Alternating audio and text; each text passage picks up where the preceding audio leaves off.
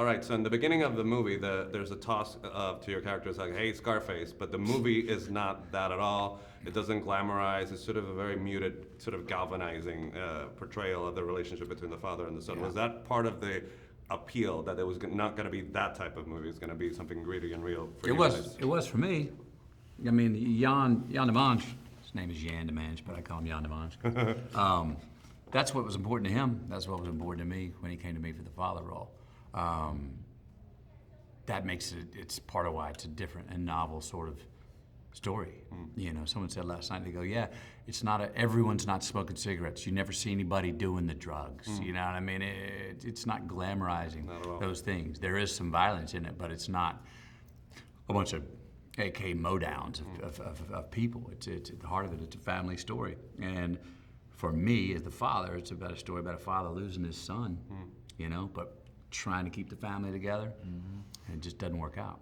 But you don't only have the pressure of this is your first movie, but it's a true story. So if you could talk to me a little bit about how you handled, did you talk to the real person, or did you stick to the strip, or? You know, it was a little bit of both. You know, they wanted. I definitely did talk to him a lot. You know, I read the script at least three times over and over again, because I was sent there like a month prior. So I definitely read that joint like 3 times just in that month.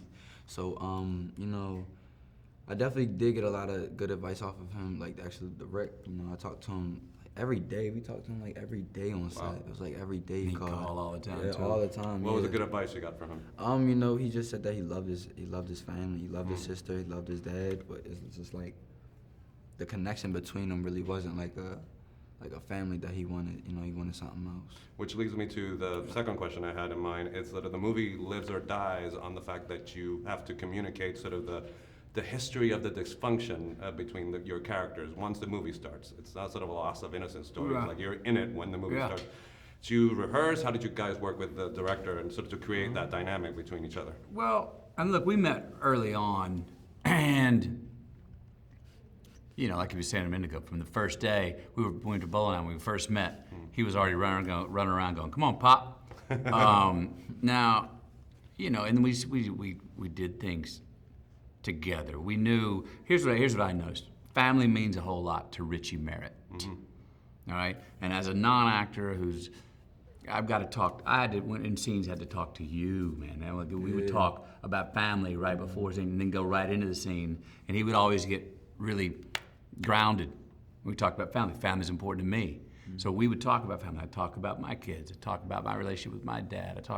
He'd talk about his family. And in talking about those, that's what kept us connected. And that's what you're seeing, hopefully, on screen, about going, oh, I buy that these two care about each other, and they're trying to work it out. And they were also like Butch and Sundance. You know what I mean? Yeah. Which kind of makes me not the best dad. Yeah. You know? Given that... Fun dad, but... Fun dad. As a father of 12-year-old boys, one of the things that got me yesterday is the scene, I don't want to get into it and spoil it, but he's a bad dad in the sense... I like that the movie doesn't judge him, and he does have a moral compass between the sort of context of what he's operating with. Yeah, but he's in denial. Yeah, I know, but I mean, like, it sort of gives a sort of certain meaning of doing the best you can. If you could talk about that, you can't judge your character. The character I play, the father, his heart's in the right place. But I know, and most people know, those fathers that want to be best friends with their son. And that's all nice and fun for a while, but it's not a good recipe for helping a young boy become a man. And I played a father who couldn't really lay down the consequences. And he goes out, and you sort of found consequences on the street. You found an alpha male dog society on the street that you didn't even have at home.